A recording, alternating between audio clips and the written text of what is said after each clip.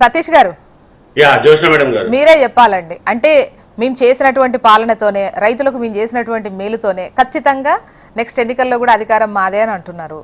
ఇచ్చినటువంటి రైతు భరోసా ఎన్నిసార్లు వేశారు, రుణమాఫీ ఎంత చేశారు, యాక్చువల్గా ఈ కరెంటుకు సంబంధించి కూడా క్వాలిటీ కరెంట్ అనేది అంటే సమయపాలన అనేది పాటించడం వల్ల, పర్టికులర్ టైంలోనే ఇవ్వడం వల్ల అటువంటి ఇబ్బందులు అయితే ఉన్నాయని చెప్పేసి అంటున్నారు. సో మీరు మాత్రం ధీమాగా 117 స్థానాలు వస్తాయని చెప్పేసి అంటున్నారు. ఎట్లా సాధ్యం అని చెప్పేసి వాళ్ళు అడుగుతున్న క్వశ్చన్. ముందుగా ప్యానెల్లో ఉన్నటువంటి భారతీయ జనతా పార్టీ నాయకులు వెంకటరెడ్డి గారికి, అక్క సుమిత్రానంద్, బీఆర్ఎస్ నాయకురాలు సుమిత్రానందన్ గారికి, మీకు ఎక్స్ఎంటీవీ ప్రశ్నలకు కూడా నమస్కారం తెలియజేస్తూ, దానికంటే ముందు ఎగ్జాంపుల్ చెప్తాను నేను మీకు. ఇందాక మా ఇంకన్నా పర్లేదు అన్నారు. నా అకౌంట్ లో 6 ఎకరాల 30 గుంటలకు పడ్డ డబ్బులు మీకు పంపించాను నేను మెసేజ్. పంపించినారా? పంపించాను. ఎందుకంటే మా ఇంకన్నా మా డబ్బు నేను మాట్లాడాను.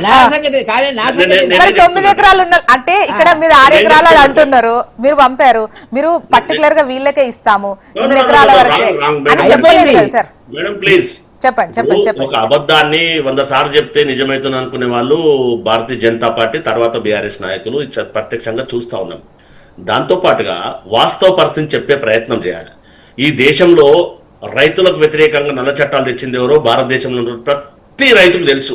దాంతోపాటు ఇందాక మా ఇంకా చిన్న ఎగ్జాంపుల్ చెప్పాడు, గుండునాథ్ గారు, కత్తినాథ్. ఎస్, భారతీయ జనతా పార్టీకి తెలంగాణ రాష్ట్రానికి రావాల్సినటువంటి నిధుల విషయంలో కత్తినాథ్ గారు, గుండునాథ్ గారు అన్నట్టుగా వ్యవహరిస్తున్నారు. వాస్తవ పరిస్థితి. ఎందుకనంటే ఈ రాష్ట్రానికి రావాల్సినటువంటి నిధుల కేటాయింపులు కానీ, ఎస్, రాష్ట్రం నుంచి ప్రాతినిధ్యం వహిస్తున్నటువంటి కిషన్ రెడ్డి గారికి మంత్రిగా వారి బాధ్యత తెలంగాణ రాష్ట్రానికి రావాల్సిన ప్రాజెక్టు విషయంలో, నిధుల విషయంలో ఎందుకు ప్రయత్నం చేయట్లేదో ఒకసారి ఆత్మపరిశీలన చేసుకోవాలి. మరి భారతీయ జనతా పార్టీ దేశంలో మిగతా రాష్ట్రాలు అధికారంలో ఉన్నటువంటి ప్రాంతాల్లో ఎందుకు అక్కడ ఇందిరమ్మ ఇల్లు లాంటివి 5 లక్షల రూపాయలు ఇచ్చి ఎందుకు కట్టించట్లేదు? దాంతోపాటు భారతీయ జనతా పార్టీ అధికారంలో ఉన్నటువంటి రాష్ట్రాలలో ఎందుకు వారికి తినడానికి సన్నబియ్యం వేయట్లేదు రేషన్ కార్డుల ద్వారా ఒక్కసారి గుర్తు చేయాలి. దాంతో పాటుగా రైతు రుణమాఫీ మేము చేసిన 21,000 కోట్లు అని చెప్పి ఆధారాలతో చెప్తా ఉన్నాం. అది ఎందుకు మిగతా రాష్ట్రాల్లో వారు చేయట్లేదు? దాంతో పాటుగా రైతులకు ఉచిత కరెంట్ ఇస్తున్నటువంటి ఘనత కాంగ్రెస్ పార్టీది. పచ్చకమలైన వాళ్ళకు లోకమంతా పచ్చ కనిపిస్తుంది. ఎక్కడైతే నాణ్యమైన విద్యుత్ ఇవ్వడంలో ఖచ్చితంగా ప్రజాప్రభుత్వం, గౌరవ ఉప ముఖ్యమంత్రి గారి సారథ్యంలో ఉన్నటువంటి ఇంధన శాఖ ముందు వరుసలో ఉంది. ఎవరు అవునన్నా కాదన్నా వాస్తవం. కావాలంటే రైతుల కాల్స్ కూడా మనం ప్రత్యక్షంగా తీసుకునే అవకాశం ఉంటది. పెరిగిన వినియోగం దృష్ట్యా దాని సబ్స్టేషన్లు కానీ మిగతా పీరియడ్ ఛానల్స్ కానీ పెంచినటువంటి ఘనత ప్రజాప్రభుత్వాన్ని. ఇది వాస్తవ పరిస్థితి కాదా? వరేస్తే ఊరినటువంటి బీఆర్ఎస్, టీఆర్ఎస్ పార్టీ నాయకులు ఇప్పుడు వరేస్తే బోనస్ వస్తుంది అనే విధంగా ప్రజాప్రభుత్వం చేసిందా లేదా? 1,00,000 రూపాయల రుణమాఫీకి 4 సార్లు రుణమాఫీ చేసినటువంటి ఘనత బీఆర్ఎస్, టీఆర్ఎస్ పార్టీది. మరి ఒకే దఫ 2 లక్షల రూపాయలకు ఒక రైతుకు రుణమాఫీ చేసినటువంటి పరిస్థితి వాస్తవమా కాదా? ఇప్పుడు సతీష్ సార్, బోనస్ అనేది ఓకే, ఎన్ని విడతలు ఇచ్చారు ఒకటి, ఈ టాపిక్ పక్కన పెడితే, అంటే ఎంత వచ్చింది, ఎన్నిసార్లు అన్నారు, ఎన్ని టర్మ్స్ అనేది వాళ్ళు తీసుకున్నారు అని ఒకటైతే, వరి నుండి రైతుల్ని పక్కకు మళ్లించాలి అనేటువంటిది కూడా మీ మీద అవునా కదా?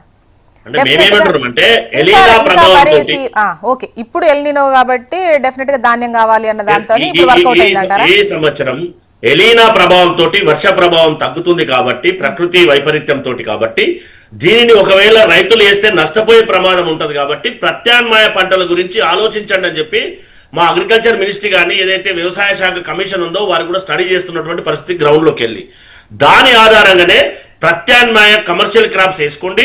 మీకు వాటర్ సోర్స్ ఎక్కడైతే తక్కువ ఉంది కాబట్టి దాన్ని ప్రత్యామ్నాయ పంటలు వేసుకుంటే మీకు లాభసాటిగా ఉండే అవకాశం ఉంటుంది.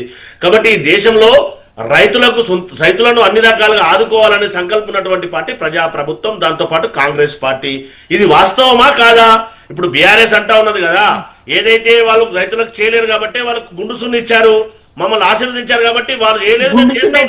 39 సీట్లు వస్తే 39 మీకు వస్తాయా, 39 బీజేపీకి వస్తాయా? ఎవరికి గుండసున్న వచ్చిందా? లాస్ట్ ఎన్నికల్లో వాళ్ళకి వచ్చిన స్థానాలు ఉద్యమం మీ పురిటిగడ్డ అని చెప్పుకున్నటువంటి మీరు కనీసం అభ్యర్థులు పెట్టినటువంటి పరిస్థితికి ఎందుకు వచ్చింది? సతీష్ సార్, ఓట్ల పర్సెంటేజ్ చూస్తే మీకు వాళ్ళకు తేడా 1.8 అంతేనా? అసెంబ్లీ గురించి చెప్తున్నాను. సో ఈ లెక్కన చూస్తే వాళ్ళకి ఏమి అంత వ్యతిరేకత లేదు. గెలుపోటముల్ని నిర్ణయించేటువంటి 1.8 అనేది ఆల్మోస్ట్ సగానికి సగం చెరసగం ఉన్నాయి సిచ్యువేషన్. ఎప్పుడైనా మన వాస్తవ పరిస్థితి ఎవరు గెలిచారో ఎవరు ఓడనేదే ప్రామాణికం అనేది మనకు అప్పుడు మరి సున్నా కాదు కదా సున్నా సున్నా కాదు కదా. ఏనండి, గతంలో కూడా మేము ఎంత మార్జిన్ తో ఓడిపోయినామో చూసాం. 25 నుంచి 30 సీట్లు బిలో 2000 ఓటుతో కూడా ఓడిపోవడం జరిగింది. మొన్న కూడా 5 స్థానాలు 2000 లోపలే కదా మేము ఓడిపోయినటువంటి పరిస్థితి. సో మా చెవుల నియోజకవర్గ ఎగ్జాంపుల్ తీసుకుంటే 255 ఓట్లు. ఇవి వాస్తవ పరిస్థితి కదా, గణాంకాలు చెప్తున్నటువంటి పరిస్థితి కదా. మా దగ్గర వాస్తవాలు ఆలోచన చేస్తాం. చుక్కలు